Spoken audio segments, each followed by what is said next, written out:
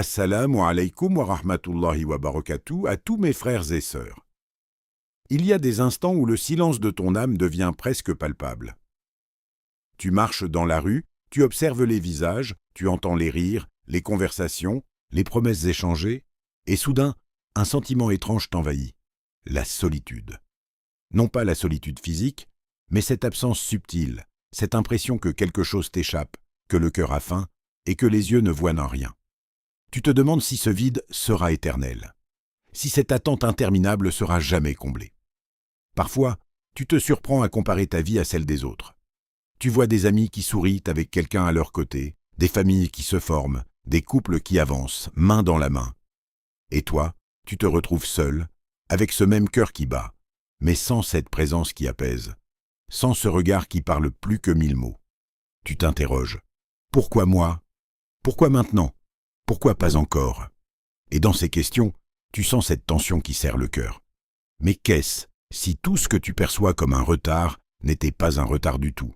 Qu'est-ce si chaque instant que tu passes dans cette attente était en réalité une préparation invisible, un tissage délicat orchestré par Allah pour préparer le terrain de ta rencontre à venir?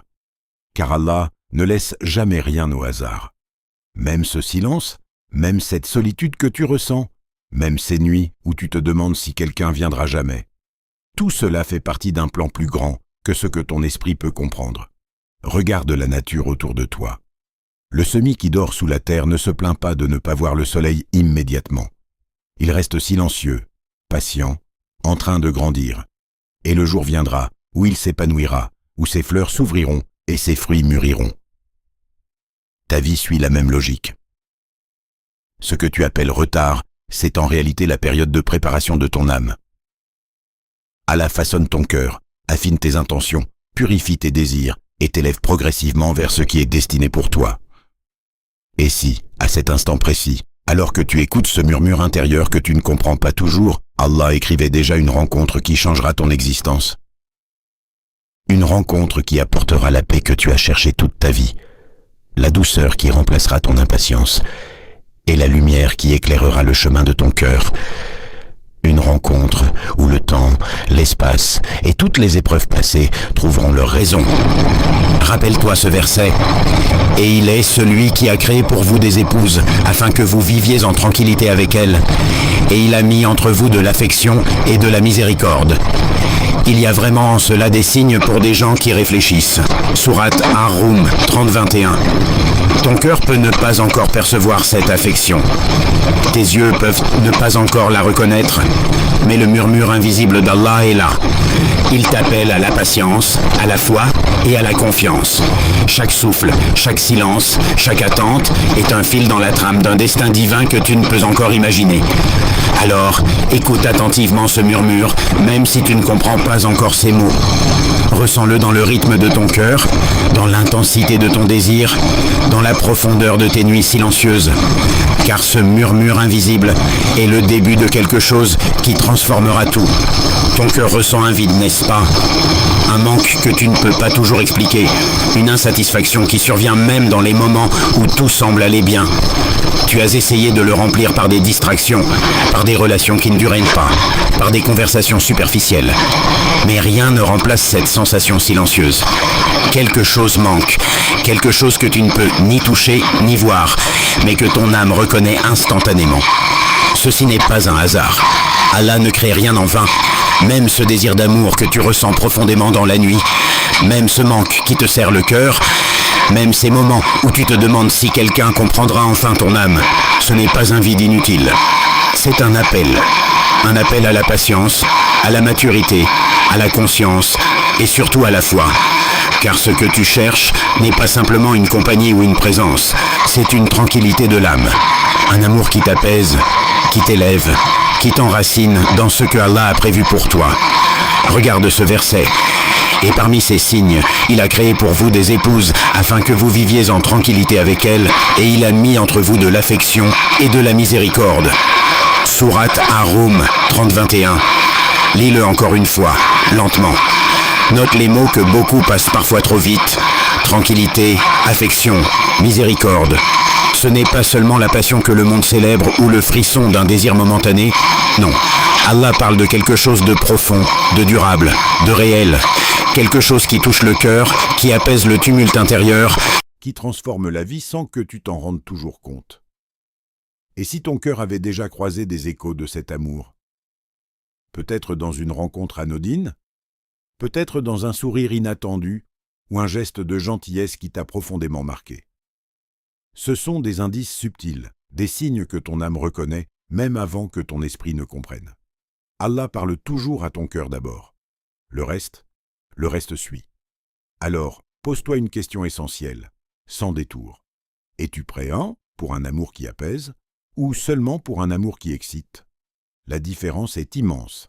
L'amour qui excite peut être intense, passionnel, mais il est éphémère, instable, souvent centré sur les désirs de l'ego et la recherche d'un confort immédiat.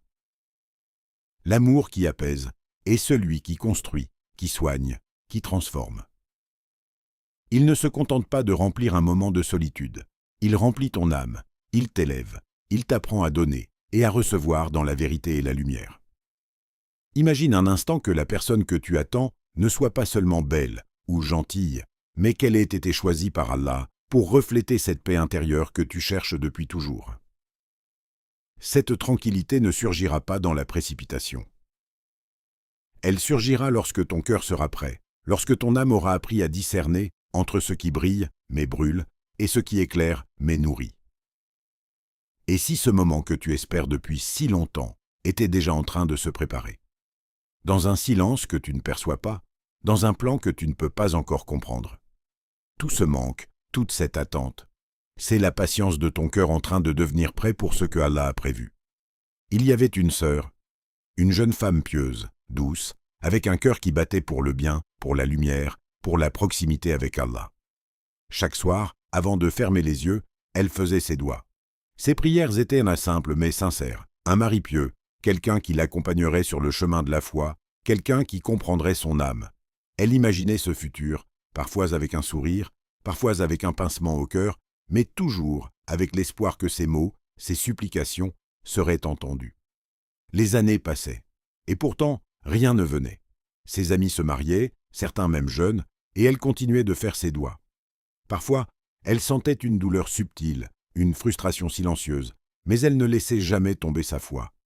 Elle continuait à espérer, à attendre, à croire qu'Allah avait un plan. Et pourtant, la fatigue s'installait. La fatigue de l'attente. La fatigue de ne pas voir ses rêves prendre forme. Puis, un soir, quelque chose changea.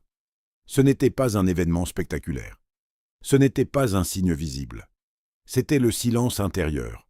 Elle s'assit, les yeux vers le ciel, et dit simplement, presque à voix basse, « Ya Allah, donne-moi ce qui est bon pour mon cœur, même si je ne comprends pas. » Ce n'était plus une liste de souhaits ou une image parfaite de ce qu'elle pensait désirer. Ce n'était plus une exigence de perfection. C'était une ouverture, une acceptation que le bien pouvait se présenter sous une forme qu'elle n'avait pas imaginée. C'était la libération du contrôle et la confiance totale en Allah. Quelques mois plus tard, elle le rencontra. Pas parfait, pas un prince sorti d'un conte de fées, pas l'homme de ses rêves précis. Mais il avait quelque chose qu'aucun rêve n'aurait pu reproduire. Une lumière tranquille dans les yeux, une bonté sincère, un cœur apaisé qui cherchait à construire, à soutenir, à aimer sans excès, sans drame.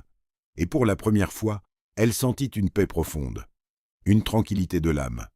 Tout ce temps d'attente, toutes ces nuits silencieuses, toutes ces années de supplication, elle comprit enfin que rien n'avait été inutile. Allah ne t'envoie pas ce que tu imagines. Il t'envoie ce dont ton âme a besoin. Ce que ton cœur réclame peut sembler clair, mais ce que ton âme réclame est souvent invisible à tes yeux. Parfois, la perfection n'est pas dans le miroir de tes rêves, mais dans la réalité qui nourrit ton cœur. La paix, la douceur, le respect, la foi partagée, c'est là que réside la véritable richesse. Et c'est là que réside la leçon pour toi. L'attente n'est pas un vide. Les années d'espérance ne sont pas des échecs. Chaque moment de patience, chaque doigt silencieuse, chaque soupir dans la nuit, prépare le cœur pour ce que Allah a choisi. Il prépare la rencontre de ton âme sœur, celle qui t'apportera plus que ce que tu croyais désirer. Dans ce silence, dans cette confiance, dans cette ouverture, le murmure divin devient un guide.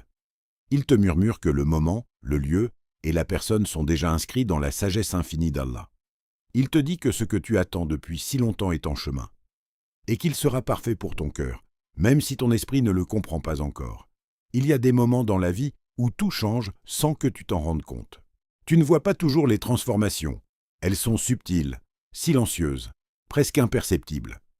Tu remarques peut-être que certaines relations s'éloignent, que certaines amitiés se dissolvent doucement. Ce n'est ni un hasard, ni un rejet. C'est un réarrangement divin, une purification. Chaque personne qui quitte ton chemin fait de la place pour ce que ton cœur attend depuis longtemps, pour ce que ton âme mérite vraiment. Tu commences à ressentir un besoin profond de proximité avec Allah. Pas seulement une prière rapide ou une lecture superficielle du Coran, mais une connexion réelle, intime, qui touche chaque fibre de ton être. Tu deviens plus attentif, à tes intentions, à tes choix, à ce que tu laisses entrer dans ton esprit et ton cœur. Tu remarques que ton rythme intérieur change. Tu deviens plus calme, plus posé, plus conscient des subtilités de la vie. Tu apprécies davantage les petites choses, tu observes avec plus d'attention, tu écoutes avec plus d'intensité. Ce processus est lent, presque imperceptible, mais il est en cours. Allah agit à l'intérieur de toi avant de faire apparaître ce qui est destiné à toi à l'extérieur. Il y a un verset qui résonne ici. Allah est doux envers ses serviteurs. Il accorde sa subsistance à qui il veut. Sourate Ash-Shura 42-19. Réfléchis à ces mots. La subsistance dont il est question ne concerne pas seulement la nourriture ou la richesse matérielle. Elle englobe les bénédictions invisibles, les opportunités spirituelles, les relations qui élèvent l'âme. Ton âme sœur, ton compagnon ou ta compagne fait partie de cette subsistance. Elle arrive au moment où tu es préparé où tu es devenu capable de recevoir cette présence avec maturité et profondeur. Et si ton âme sœur n'était pas encore apparue simplement parce que tu n'étais pas encore la personne qu'elle mérite? Imagine un instant, une personne parfaite pour toi, mais à qui tu ne pourrais pas offrir le respect, la stabilité et l'amour véritable. Allah, dans sa sagesse infinie, attend que ton cœur et ton âme soient prêts. Il prépare à la fois ton chemin et le chemin de l'autre. Les signes sont là, si tu sais observer.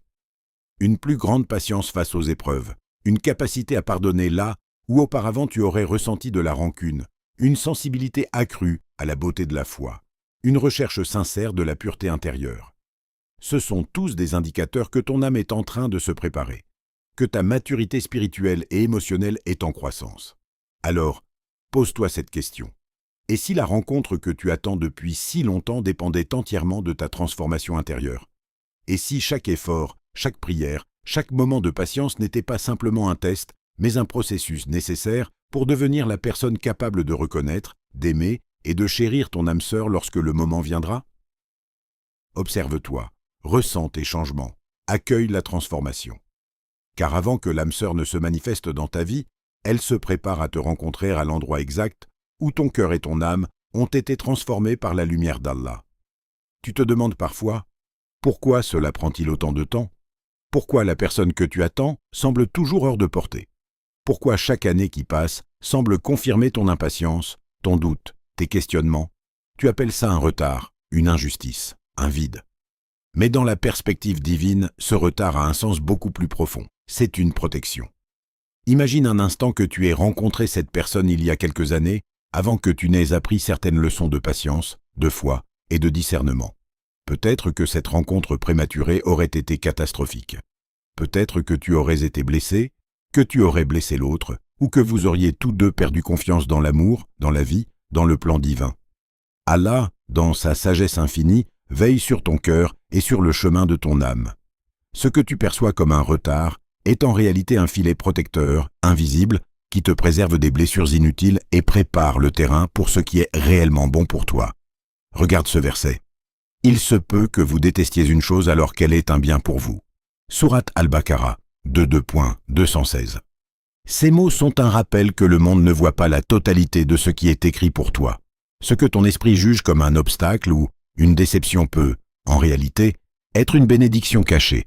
Chaque attente, chaque silence, Chaque moment de solitude prépare ton cœur à recevoir ce qui est destiné pour lui.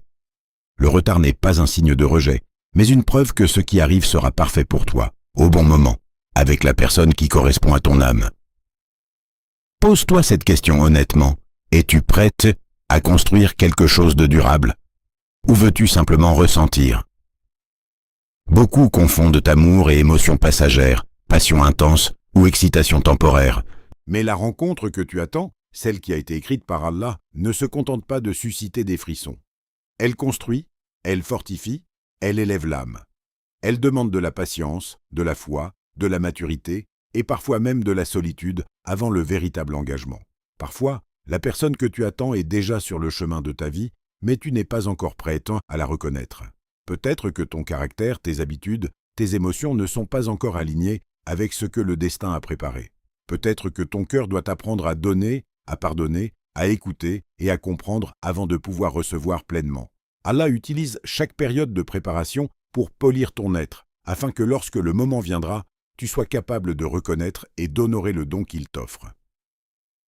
Imagine un amour qui arrive trop tôt, avant que tu sois prêt.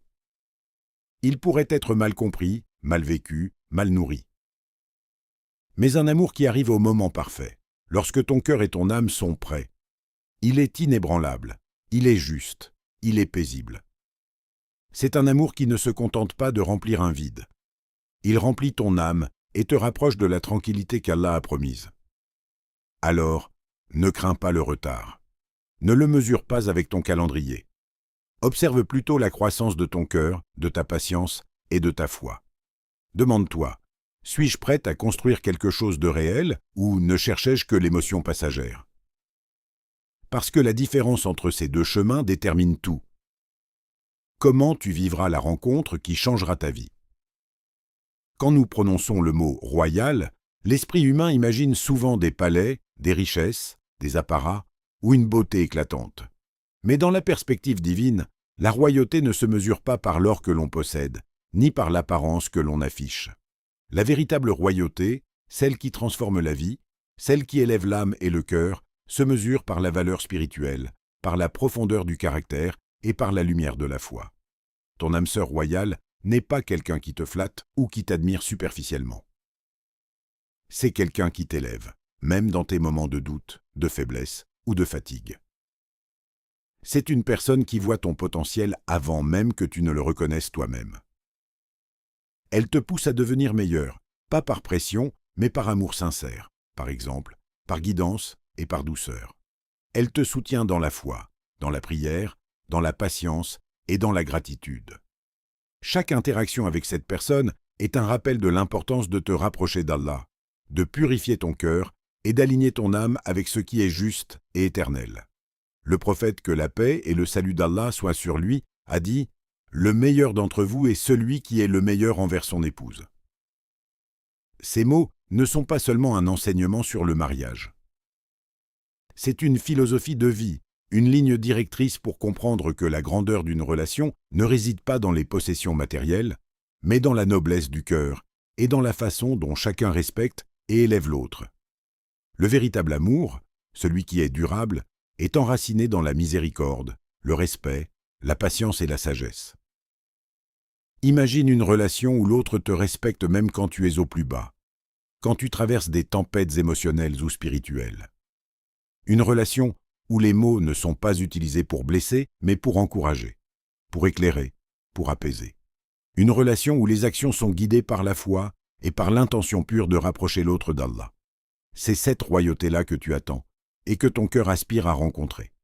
Ton âme sœur, ce n'est pas simplement quelqu'un qui complète ce que tu crois être un manque en toi. Ce n'est pas quelqu'un qui se contente de remplir des moments de solitude ou de désir. Non. Elle est un instrument de ton élévation spirituelle, un partenaire dans la construction de ton avenir éternel. Elle t'aide à développer des qualités que tu n'aurais peut-être jamais découvertes seule. Elle t'apprend la patience, la gratitude, la miséricorde, et te rappelle que la vraie richesse est dans la foi et dans la lumière que vous partagez ensemble. Et surtout, elle t'accompagne vers ce qui est éternel, vers le paradis. Car le mariage dans l'islam n'est pas seulement un contrat ou une union terrestre, c'est un moyen de perfectionner ton caractère, de renforcer ta foi et de marcher main dans la main vers le but ultime.